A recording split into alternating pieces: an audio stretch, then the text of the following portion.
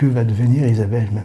C'est encore le sujet reste le même. Que va devenir Isabelle quand en fait c'est qu'on ne serait plus là, quoi. Je me suis dit, je vais peut-être trouver des réponses à toutes mes questions. Le projet Après-Parents, il est parti du constat que beaucoup de parents étaient inquiets en réfléchissant à l'avenir, et ils étaient très angoissés en pensant au fait que eux, parents, allaient probablement décéder avant leur enfant. Assez vite, on a décidé de mettre en place un réseau qui couvre l'ensemble du département. Donc on a démarré ce réseau avec 15 assistantes sociales réparties sur le département. Ce sont des assistantes sociales qui ont été mis à disposition du projet par des organismes, 9 organismes. Un des aspects qui est intéressant dans notre projet, c'est qu'on a composé notre réseau avec des organismes différents. C'est un choix de départ. Et donc ça a permis d'expérimenter et de voir comment chaque professionnel, selon leur appartenance à tel ou tel organisme, comment ils étaient en capacité de répondre aux attentes des parents. Ce qui m'a intéressé dans cette proposition, c'est qu'on allait avoir affaire à des personnes avec qui on pourrait discuter, alors que devant mon ordinateur, je suis seule. Je trouvais intéressant qu'on ne s'adresse pas seulement à la personne en situation de handicap, mais aussi à leurs parents qui finalement ont un parcours de vie parfois compliqué, un peu difficile, et parfois ils sont un peu moins pris en considération dans ce qu'ils ont vécu. Pour comprendre, il faut aussi parler du parcours qu'on a eu de vie avant. Enfin, tout ça, et se connaître et se comprendre, c'est important.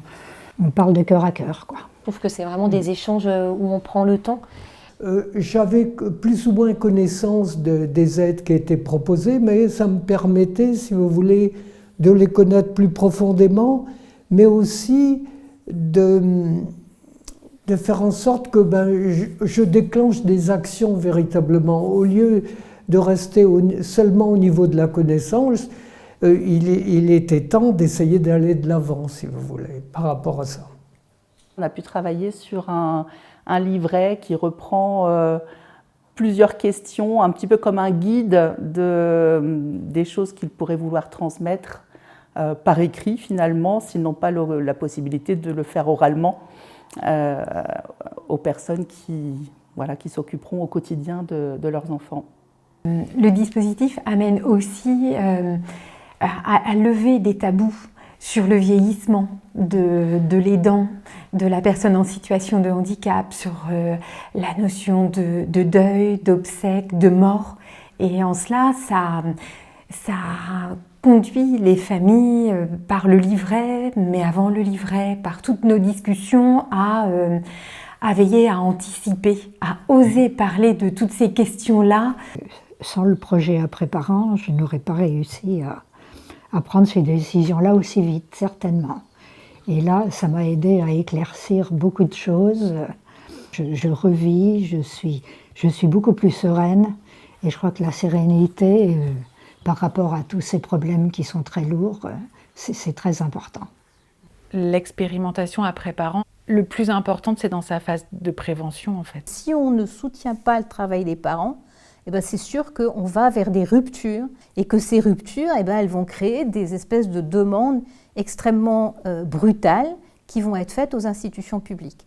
Un service dédié, tel que le dispositif Après-Parents, permettrait aux familles d'avoir une écoute, de pouvoir se livrer, de se sentir moins seules. On parle beaucoup du soutien aux aidants, et clairement, ça rentre totalement dans cette politique publique. On sait qu'on n'est plus seul, alors qu'on s'est battu seul toute la vie.